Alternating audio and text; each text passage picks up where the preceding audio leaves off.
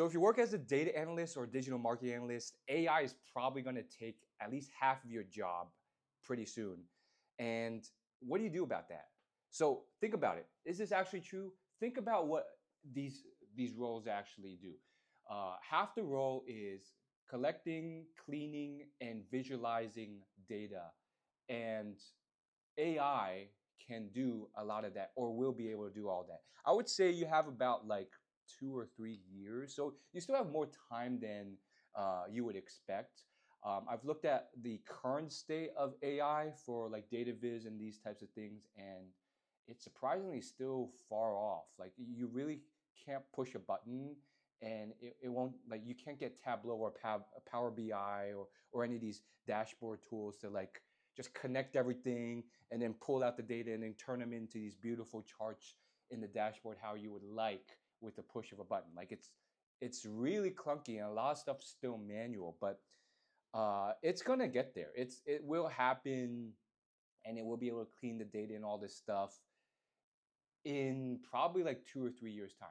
It's probably going to happen exponentially, but there will come a point where you push a button and then what you would have had to pay a data analyst or someone similar a hefty sum of money for a salary to do, it's all just gone. So what do you do if you are any of these roles? Do you just give up on life? No. Well, the other half, the other 50% of the responsibility is what you should be doubling down on. And this is something one of my mentors told me. He said, like, stop focusing on the stuff. He told me this like a couple years ago, like maybe late 2023, early 2024.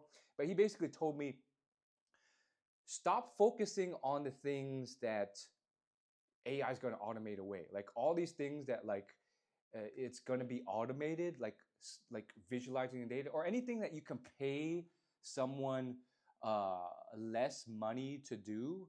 Stop focusing on that. And this was like before AI really started to really get the steam rolling. I think he told me this advice, and I thought about it, and I'm like, okay, then what does that leave? And it leaves that other 50% of the work, which is this high level, almost creative, but also qualitative, strategic thinking about, okay, what metrics really matter?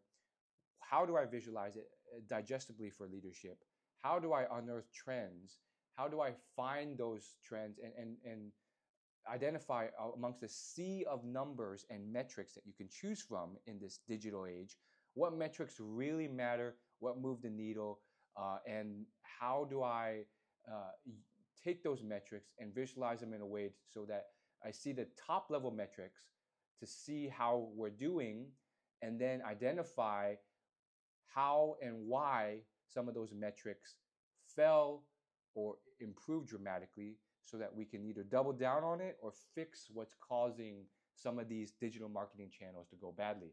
So those are the most strategic questions that AI cannot do and will not be able to do anytime soon in the next 5 years. It's almost like it involves a different part of your brain. It's not just numbers and data, and that's the type of stuff that from a leadership perspective you won't be able to automate away. So if you can double down on that, then you will be able